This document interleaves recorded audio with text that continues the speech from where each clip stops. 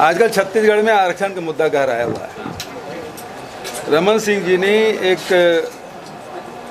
राष्ट्रीय अखबार में बयान दिया है और governor can not sign the bill on wish of CM. ये जो बिल है विभाग तैयार करता है, कैबिनेट में प्रस्तुत होता है, कैबिनेट के अप्रूवल के बाद फिर विधानसभा में एडवाइजरी कमेटी के सामने रखा जाता है और उसके बाद फिर विधानसभा में उसकी चर्चा होती है।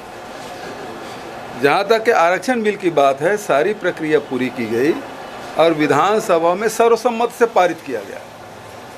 ये मुख्यमंत्री की विश से नहीं हुआ है, ये विधानसभा के द्वारा सर्वसम्मति से,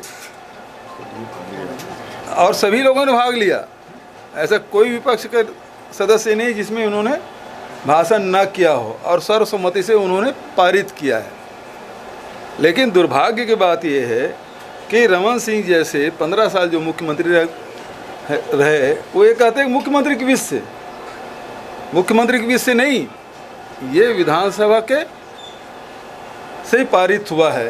तो ये जो बिल है विधानसभा का है, मुख्यमंत्री का नहीं है। दूसरी बात, आज तक के भारतीय जनता पार्टी के एक भी नेता जब सर्वसम्मति से बिल पारित हुआ तो गवर्नर से ये नहीं कहा कि इसमें हस्ताक्षर करिए। उन्होंने कभी नहीं कहा। एक भी भारतीय जनता पार्टी के नेता या डेलीगेशन बार बार जाते हैं वहाँ, वो कभी नहीं बोले कि इसमें हस्ताक्षर होना चाहिए। तीसरी बात जो कल मैं बोला कि ये जो विधिक सलाहकार है वो कौन है? ये विधिक सलाहकार एक आत्म परिसर में बैठते हैं और राज्यपाल जो है वो भारतीय जनता पार्टी के नेताओं के दबाव के चलते हस्ताक्षर नहीं कर रही है। मेरे सारे अधिकारियों ने कहा कि भाई उनको अधिकार ही नहीं है, फिर भी 3.25 करोड़ जनता के हित को ध्यान में रखते हुए मैंने पत्र जवाब भिजवा दिया। अब उसमें पता चल रहा है उसमें फिर से मीन में एक निकालेंगे, फिर जवाब भेजा जाएगा, फिर मीन में एक निकालेंगे, फिर जवाब भेजा जाएगा। कुल मिला के राज्यपाल को हस्ताक्षर नहीं करना है। इसमें दायरे में जो अधिकारी हैं वो भी आएंगे क्या? भाई वो तो जांच है, जांच एजेंसी जांच करेगी, उसे थोड़े हम प्रभावित करने की बात कर रहे हैं। वो जांच करेगी, स्वतंत्र है। प्रदेश को आगे बढ़ाने के लिए हर संभव युवती को 21 साल की होती है, 52 बार पेचकस से गोद कर हत्या कर देता है, फिर फ्लाइट से भाग जाता है। तो भाजपा अब कानून व्यवस्था के मुद्दे पे फिर घेर रही है और ऐसी घटनाओं पे क्या मॉनिटरिंग की जरूरत है? ऐसे कृत्य के हम घोर निंदा करते हैं। और दूसरी बात ये है कि हमारी पुलिस है वो तत्काल कार्रवाई कर रही है और अभी तक जितने अपराध हुए हैं उसके अपराधी पकड़े गए हैं। इनके तरह नहीं है कि वो अपराधी पकड़े ही नहीं जाते।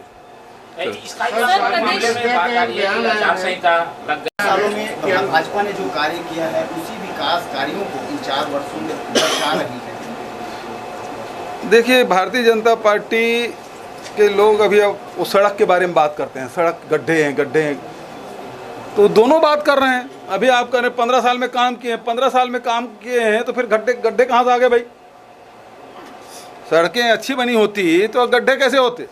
यदि स्कूल बने होते तो जर्जर क्यों होता? भवन शाला क्यों है? तो ये बता रहा है कि इनके सब काम है वो केवल पेपर में हुआ है। सर, पूर्व में बड़ी दिल दहलाने वाली घटना है। शाहबाज जो है वो भगवान राम की तरह है, वो जहाँ जहाँ नहीं गए हम उनके खड़ाव लेके जाएंगे। तो क्या छत्तीसगढ़ में आएंगे? मुझे इस बयान के बारे में जानकारी नहीं है और हम लोगों ने उसी को जो राहुल जी करीब 3,500 किलोमीटर जो पद यात्रा कर रहे हैं,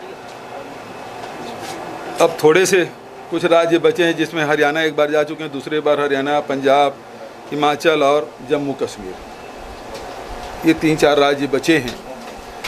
तो बचत में फिर हाथ से हाथ जोड़ो अभियान शुरू कर रहे हैं जिसमें हर ब्लॉक में पदयात्राएं होगी।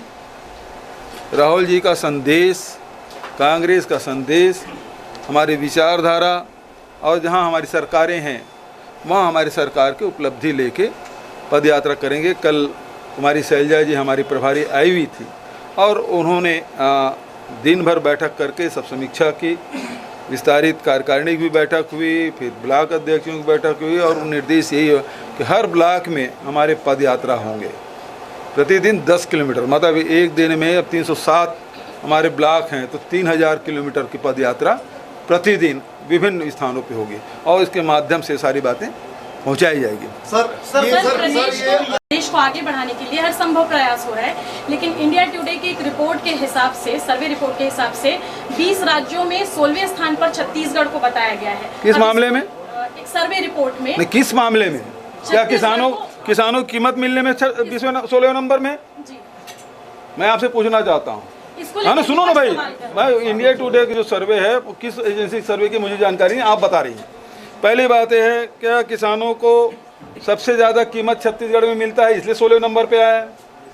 क्या यहाँ गोधन न्याय योजना का पैसा गौपालकों को मिलता है इसलिए 16वें नंबर पे आया है?